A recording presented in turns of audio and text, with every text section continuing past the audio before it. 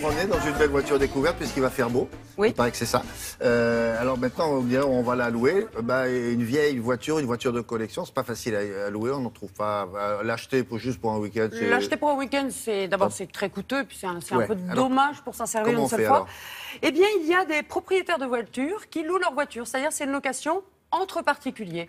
Je possède une vieille voiture et je me dis, pour amortir les frais, pour amortir l'entretien, pour la faire rouler aussi, parce qu'une vieille voiture, il faut qu'elle roule. Eh bien, je vais la louer. Alors, les collectionneurs, ils arrivent à prêter leur voiture. Alors, c'est toujours la première question, de dire, mais vous arrivez à passer, parce qu'une voiture, autant passer sa Clio, la louer sa Clio, c'est pas un gros problème, mais une voiture ancienne qu'on a choisie, qu'on a payé un certain prix, qu'on bichonne, et puis c'est ce modèle et pas un autre qu'on veut généralement quand on achète une voiture. Eh bien, ça ne les dérange pas. Au début, ils ont un peu d'appréhension et ça ne les dérange pas parce qu'en fait, ils ont affaire à des passionnés. Ils se disent, moi je suis passionné, mais celui qui va louer ma voiture est un passionné.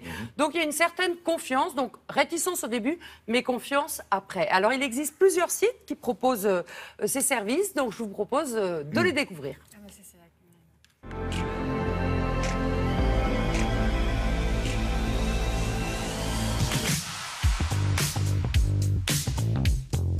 Une voiture de collection, c'est une voiture qui est forcément unique, donc il y a une importance bien plus grande, des photos du véhicule évidemment et de la description de la voiture.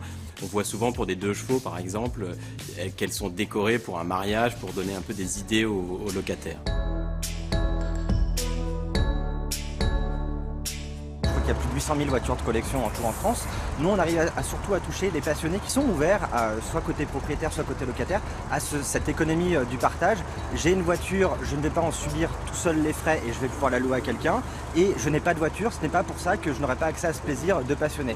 Ils aiment les voitures qui font un bruit sympa, c'est pas forcément pour aller vite, mais c'est des gens qui savent qu'aujourd'hui, par rapport à toutes les contraintes réglementaires sur la route qui existent, on peut se faire plaisir en restant en limite de vitesse avec une voiture plus ancienne.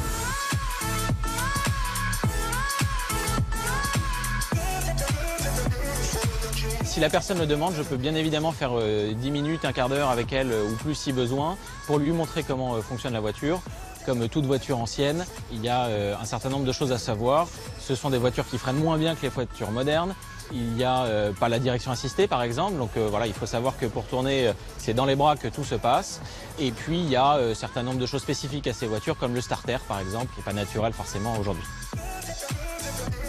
C'est plus les usages qui sont très différents.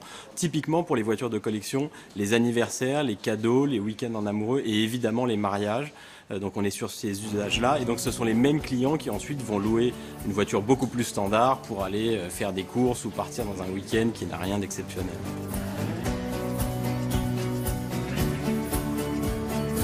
Ce qu'on demande en tout cas aux propriétaires, c'est de décrire fidèlement sa voiture. Donc il nous donne la marque, le modèle, l'année. Pour les voitures anciennes, parfois on a un usage restreint de la voiture. Donc il va nous dire, moi je veux pas que la voiture fasse plus de 50 km, 100 km. Mais nous, on met pas de critères sur l'âge, sur l'ancienneté de la voiture.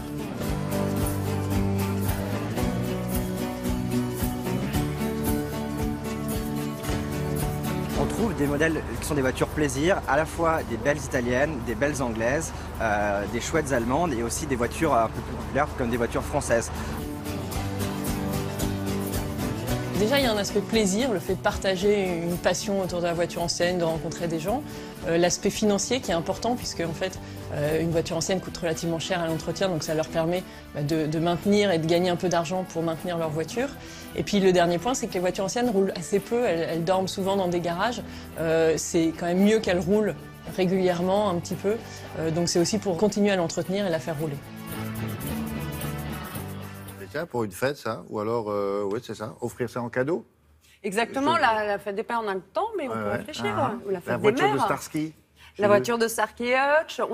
Il y a toutes sortes de modèles. Ça peut être la Méhari, ça peut être la 4 chevaux. La 4 chevaux, c'est sympa aussi d'essayer ce genre de voiture. Bon. Alors, chaque site a quand même une assurance en parallèle, mais des conditions particulières. Par exemple, on peut dire, j'exige que le locataire ait 50 permis et 28 ans minimum. On a le droit de mettre des conditions. Alors, pour certains sites... Et pas plus d'un certain nombre de kilomètres, peut-être. Exactement. Pour certaines voitures, on peut dire, je ne veux pas plus de 50 ou 100 kilomètres par week-end. Ouais, 50... Ouais. Bon, si la voiture est à côté, c'est pour un mariage, c'est une voiture. Oui. Ça dépend en fait de ce qu'on veut faire. Mais généralement, vous faites un peu plus que le tour du pâté de maison, quoi. On fait un peu plus que le tour du pâté de maison, oui. Oui, oui. D'accord. 50 km, on peut faire quelques petites choses quand même. Bon, on a fini. On s'en va?